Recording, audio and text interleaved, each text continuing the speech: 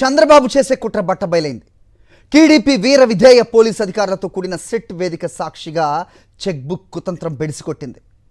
తద్వారా చంద్రబాబు తాను గీసిన గోతిలో తానే పడ్డాడు. వైఎస్ఆర్సీపీ హయాంలో పారదర్శకంగా అమలు చేసిన మద్యం విధానంపై నమోదు చేసిన అక్రమ కేసులో రాజ్ కేసిరెడ్డిని అరెస్ట్ చేసి న్యాయస్థానానికి సమర్పించిన రిమాండ్ ఆ విషయాన్ని బట్టబయలు చేసింది. కానీ ఆయన ఇచ్చినట్టుగా చెబుతున్న వాంగ్మూలంపై సంతకం చేసేందుకు నిరాకరించారని సిట్ వెల్లడించడం అసలు కుట్రను వెల్లడించింది. రాజ్ కేసిరెడ్డి చెప్పకుండానే తాను అబద్ధపు వాంగ్మూలం నమోదు చేసినట్లు సిట్ అంగీకరించింది. ఇక మద్యం డిస్టిలరీలకు ఆర్డర్లలో వివక్షకు పాల్పడి అవినీతి చేశారని సిట్ పేర్కొంది. కానీ అదే నివేదికలో నాడు చంద్రబాబు ప్రభుత్వంలో కేవలం 4 కంపెనీల నుంచి నేరుగా 53.21% మద్యం కొనుగోలు చేశారని వెల్లడించింది.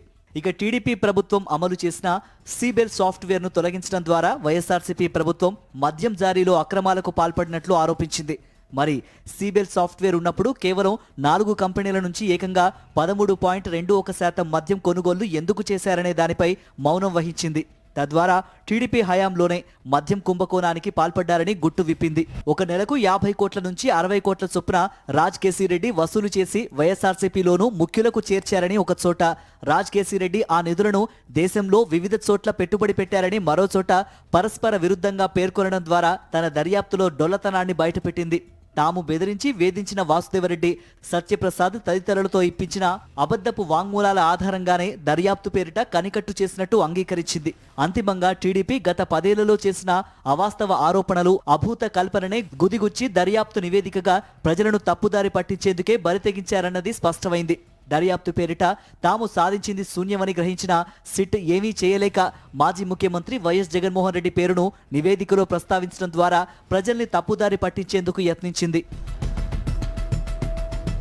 అసలు విషయం ఏమిటి అంటే, రాష్ట్రంలో మద్యం దందాకు ఆద్యుడు చంద్రబాబే. మద్యం మాఫియాను ఏర్పాటు చేసి పెంచి పోషించి వేళ్లూనుకునేలా చేసిన వ్యవస్థీకృత దందాకు ఆయనే బ్రాండ్ అంబాసిడర్. 2014 నుంచి 19లో టీడీపీ ప్రభుత్వ హయాంలోనే తన బినామీలు, సన్నిహితుల మద్యం కంపెనీల ముసుగులో ఖజానాకు భారీగా గండికొట్టారు. అందుకోసం ముఖ్యమంత్రి హోదాలో చంద్రబాబు స్వయంగా సంతకాలు చేసి మరీ ఈ కుంభకోణానికి పాల్పడ్డారు. అందుకోసం మంత్రివర్గాన్ని బురిడి కొట్టిస్తూ 2 చీకటి జీవోలతో మోసానికి పాల్పడ్డారు. 2012 నుంచి అమల్లో ఉన్న ప్రైవేటు మద్యం దుకాణాలు, బార్లపై ప్రివిలేజ్ ఫీజును నిబంధనలకు విరుద్ధంగా తొలగించారు.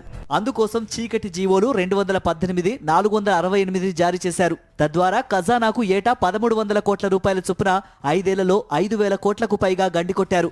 ఎంఆర్పీ కంటే ఏకంగా 20% వరకు రేట్లు పెంచి విక్రయించడం ద్వారా టీడీపీ మద్యం సిండికేట్ ద్వారా ఆ 5 ఏళ్లలో 20,000 కోట్లు కొల్లగొట్టారు. వెరసి మొత్తం 25,000 కోట్ల దోపిడీకి పాల్పడ్డారు.